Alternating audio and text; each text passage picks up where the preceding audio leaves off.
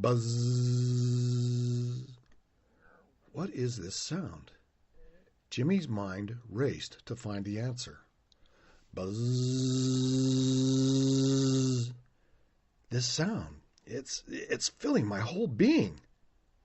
Jimmy Livingston, a man of 86 years age, was wise and well-traveled in the experiences of mortality. Yet he was deeply confused by the sudden appearance of a deafening, vibrational sound that was now present in his experience. Physically, Jimmy knew he was asleep. That state where his physical body goes into a kind of autopilot mode, allowing his conscious mind to take a much-needed rest. In this sleep state, Jimmy rejuvenates his spirit as his subconscious mind takes over, providing him that ever-so-needed connection to the wonders of eternity, endless time, and unlimited creativity. In that short span of time, while his body slept, Jimmy's soul was released and could expand to its fullness, free from the cramped spaces of his mortal body, the vessel. Everything was running smoothly just a moment ago, Jimmy thought. Jimmy had been enthralled with the joy of the unlimited imagination and the joyful experience that his subconscious crew was creating for him in this moment, his dream. Where is this sound coming from? And there's a growing white light. What is this light? Thought Jimmy. The emerging light was now washing out all of the visuals that Jimmy's subconscious had been generating. The unknown and unexpected was emerging into Jimmy's state of being. This triggered the emotion of fear. When the emotion of fear is present, Jimmy's conscious mind takes over. Now is the time for control, Jimmy shouts in desperation, seeking assistance from his lifelong companion and servant, Conrad Stone. The captain of Jimmy's conscious mind had now been called to the helm of the ship. He was firing up all physical systems, taking complete command. Conrad Stone, Con, as Jimmy always called him, was the captain of Jimmy's conscious mind, and Con was now in control of Jimmy's mortal ship, the body. Captain Con rapidly barks commands to all physical, sensory, and control systems personnel, searching for the solution to Jimmy's question. Racing through his logic, Con keeps asking himself, what is happening right now? What is attacking our ship? We have never experienced this before. Once he had the information from the sensory systems, Con knew he could determine the problem and take control of the situation. He, the captain of this vessel, would bring Jimmy's body through this physical crisis as he always had in the past. His first order: all systems under control of subconscious crew, shut down immediately. Captain Sub, turn over complete control. Sabrina Zora was the co-captain on Jimmy's vessel. She watched over and managed all the functions having to do with Jimmy's subconscious mind. Like Conrad, Jimmy had shortened Sabrina's name, and everyone often referred to as Captain Sub, or Sub for short. Con believed the chief presence of imagination and creativity, the primary activities of the subconscious crew, were not to be active in this moment. They would only bring confusion to the current situation. Now what Con needed was the power of logic and willpower. This was the strength of the conscious mind. It brought forward the focus and control of all the physical systems for the maneuvering of the ship, Jimmy's physical body, through a critical situation.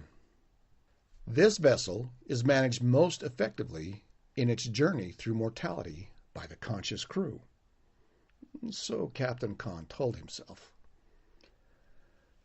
The chaos of this moment continued to bring forward the emotion of fear, which hung low in Jimmy's present state of being, much like a summer storm system whose clouds hang low and tight to a mountaintop, with its turmoil of lightning, thunder, and rain hiding it from the light, warmth, and wisdom of the noonday sun.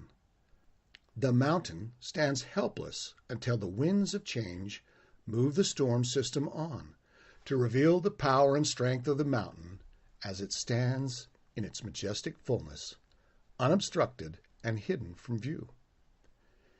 Jimmy felt the strength of his power and majesty. However, through life, Jimmy would experience the emotions from the storms of challenge and self-doubt.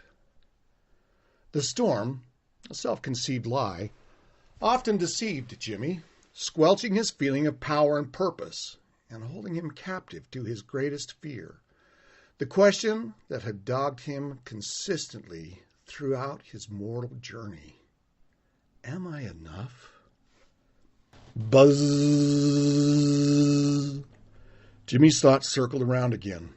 This sound, this light, it's so intense. Where is it? What is it? More importantly, why is it? The feeling of confusion which Jimmy was now enveloped in had a familiar sense to it.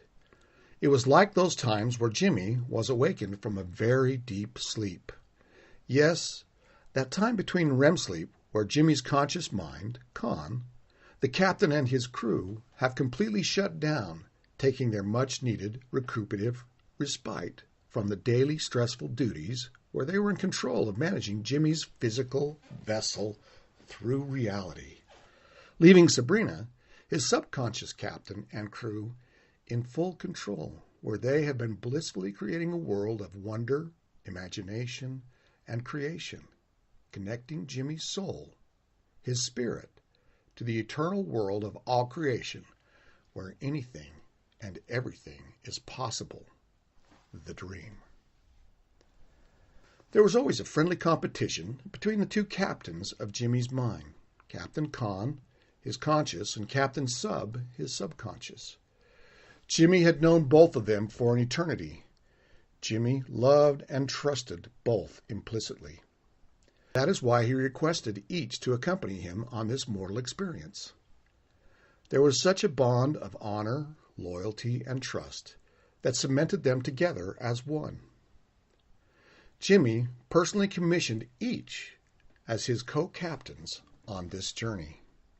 Jimmy was the rear admiral. This journey was his, and he held complete authority and power in this experience. However, most often, Jimmy took a neutral position between these two captains. Jimmy would passively listen and too often remain an observer, abdicating his authority as the admiral, the soul, in his journey, allowing authority to be competitively wrestled for between the two soulmates who were called upon to captain this vessel, Jimmy's body, through the epic experience of mortality.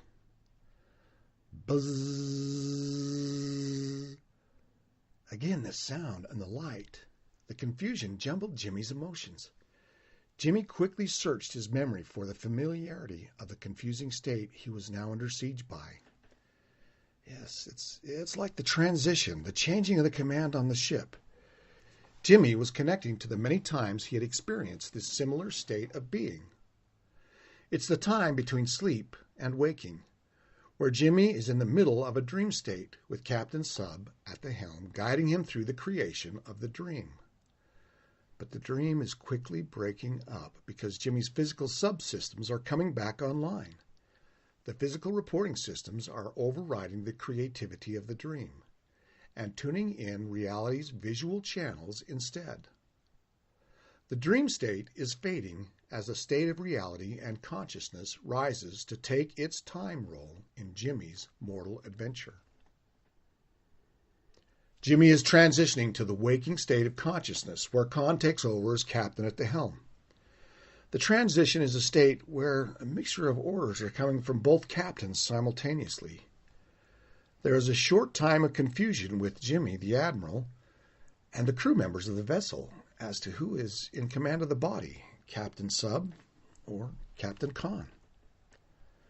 Yes, that's the feeling. That's what's happening now, Jimmy half-heartedly told himself in his effort to push away the cloud of fear. Con, Jimmy's conscious captain, has now kicked into full response mode. He has inserted himself as the only leader and as the captain of this ship. His crew is now in control and at their stations once again. The control warning systems of Jimmy's ship, his body, are now on red alert. Khan's objective now is to figure out what the hell is happening. Khan knows he needs a status from all the sensory and control systems. Khan, now checking with each sensory system to get a status update, issues a quick order. Sight, yes, eyes. What is it that Jimmy is seeing? The reply, nothing, sir. Nothing? Damn it, man, it can't be nothing, Khan yelled back to the lead crewman of the sight, control, and sensory systems. There's white light. Jimmy is experiencing white light. It's coming from somewhere. Sir, the crewman responded, the eyelids are closed and all communication and control system from the eyes are non-functional. Khan thinks, how can this be? Check again, he briskly commands. Sir, all systems are down with the eyes. The eyelids are shut and sealed. There is no mistake, sir. There is no input from nor control of the sight systems. All communication and control of the sight system is dead, sir. Khan assessed this information. If the sight systems are dead, then why is Jimmy seeing a white light? Jimmy, in confusion, yells to Khan, I feel like I'm staring into the blinding direct light of the sun. And what is this sound? It's coming from everywhere. I am feeling the sound with my whole being. The sound and light, they're one. Buzz. It's still there, that incessant sound and light filling my whole being. Where is it coming from? Jimmy checked back with Khan, the captain on the deck. What's happening? Jimmy urgently requested. Khan centered his thoughts. Okay, stay calm, he said to himself. Khan, ignoring the question from Jimmy, moved on to the next systems check. Ears and hearing. Identify that sound. Anticipating the order, the crewman from the hearing systems quickly responded to the captain's command. Sir, the ears are not hearing this. What? Responded the captain. This sound, sir. It's not coming from the ears, sir, came the reply from the hearing systems crew. It's coming from somewhere, Khan defiantly retorted. Jimmy realized he was not hearing this sound at all. He was feeling it. Jimmy thought, it's like I'm feeling it. My whole body is radiating it. I can even taste it. That's crazy. How can I taste sound and light? Yet it definitely is a taste, unlike any taste I have ever experienced before.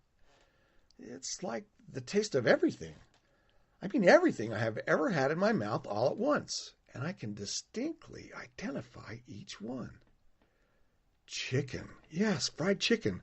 I remember that taste. Each Sunday evening as a kid, Mom made the best fried chicken. And that's cake. Not just any cake, but Betty Crocker cherry chip pink box cake with pink icing and sprinkles. It's my birthday cake. I had it every year on my birthday. I should know that taste. I've had it over 86 times. No, not that. Castor oil. A terrible taste that would hang in my mouth for what seemed an eternity each time Mom gave it to me when I was feeling sick. I can feel her thumb and forefinger pinching my nose as she shoved the oversized tablespoon full of this horrid elixir into my mouth. The only thing good about this experience was the feeling of being held and rocked in my mother's arms and lap afterwards. So many tastes all coming to me at once, Jimmy thought. Each one bringing a memory, no, a flashback to re-experience a time and place in my life voyage. There were thousands of them, experiences from my journey streaming through me all at once. Jimmy recognized the taste of his first kiss and the feeling of his first love, Cammie Jean Miller, 6th grade. The warmth and excitement filled Jimmy's soul in that moment. Love. Yes, love. He learned is such a wonderful gift to be shared. Jimmy shouted to Captain Khan, It's not coming from my taste bud or my eyes. It's coming from somewhere else. I believe it's coming from my memories. Khan thought to himself, how can that be? Subconscious systems are all down now. They have been commanded to be offline. Memories fall under the responsibility of the subconscious. Khan, in anger, shouts, Where the hell is Captain Sub? Find Captain Sabrina Zora and have her report to the command deck immediately. By immediately, I mean 10 minutes ago." Instantly, Captain Sabrina Zora was on deck and conferring with Khan.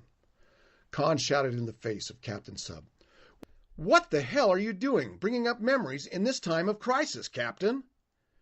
Without flinching, Sabrina replied, "You know me.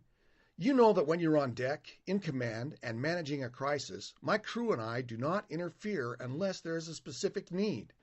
These memories are not coming from within the memories of this vessel's systems. Of that, I am positive." Khan was stunned. He knew that his co-captain, Sabrina Zora, was loyal and would not interfere. Not in this time of crisis. Their time together on this amazing journey had proven the honor and loyalty they held for each other's unique talents and responsibilities, for which they had committed to take on with Jimmy at the beginning of this voyage. With this revelation, Khan's experience and wisdom took over again, bringing him back on track. "Okay, move on to the next system," he tells himself. Khan issues a new command. "Body sensors and control systems, report back, now!" The urgency in the tone of his command was very apparent to the crew, who is now running in full battle station readiness. "Sir, there is no response from any of the touch and feeling sensory systems. And, sir, we have no control of the muscle systems. All systems are non-responsive and down, sir." Khan's expression went cold. An understanding of what was occurring now was in his grasp. He now understood this situation. He paused in deep appreciation for the journey and experience being the greatest gift he had ever received. His next command was calm and quiet. "Engine room, status, please." There was a long pause as all of the crew anticipated the confirmation of their knowing. "Sir," a quiet, slow, yet firm reply came back from the lead crewman in the engine room. "The heart, sir, has stopped. We have lost all response and control. We cannot get her systems to fire up and synchronize to the rhythm of mortality's time sequence, sir." A long and heavy pause filled the time and space continuum that Jimmy, his co-captains, and crew were in called mortality. "I'm sorry, sir. There is nothing more we can do." This was the final words coming from the crew chief of the engine room. By this time, all crew members, along with Captain Conrad Stone and Captain Sabrina Zora, were present and awaiting the next command, which would come from Admiral Jimmy Livingston. The buzzing sound and light, now fading quickly, receded like the waves of the ocean retreating from the lowering tide to expose the ever-present, yet hidden, sandy beach. Jimmy understood. He knew what was occurring in this moment. The unknown marking point for the end of synchronized time had arrived for Jimmy's vessel, his body. No longer would it synchronize and operate in vibrational harmony with this world of mortality. The experiential journey it had embarked upon some 86 years ago was now at its transition. With the light and sound now gone, there was perfect calm and peace in the feeling of the moment. There was no more emotion of fear that had been ever present just moments ago in Jimmy's mortal time experience. Now Jimmy felt the incredible peace and joy of just being. There was no more necessity of doing, always doing. There was no more time ever present and ever sequentially counting down. All time was now present in the moment. There was no vibrational sequence for Jimmy to experience. The fog of lost knowledge was dissipating, and Jimmy was being flooded with the knowing that had always been a part of him, but had to be neatly tucked away in a deep hiding space. You see, there's only so much room available in a mortal vessel. There's not enough room for all the knowledge to be taken on this journey of life. So much preparation, excitement, and expectation had preceded this experiential journey. The experience that was so eagerly anticipated, mortality, had been such an amazing gift. 86 years. Yes, 86 years as measured by the synchronized timing mechanisms of what Jimmy had known as mortality. At the beginning, the time journey was expected to be so long, and yet, in the end, it was gone too quickly. Jimmy, now with more clarity of mind that he had experienced over the past 86 years, and with no regrets, gave that last command. Abandon ship.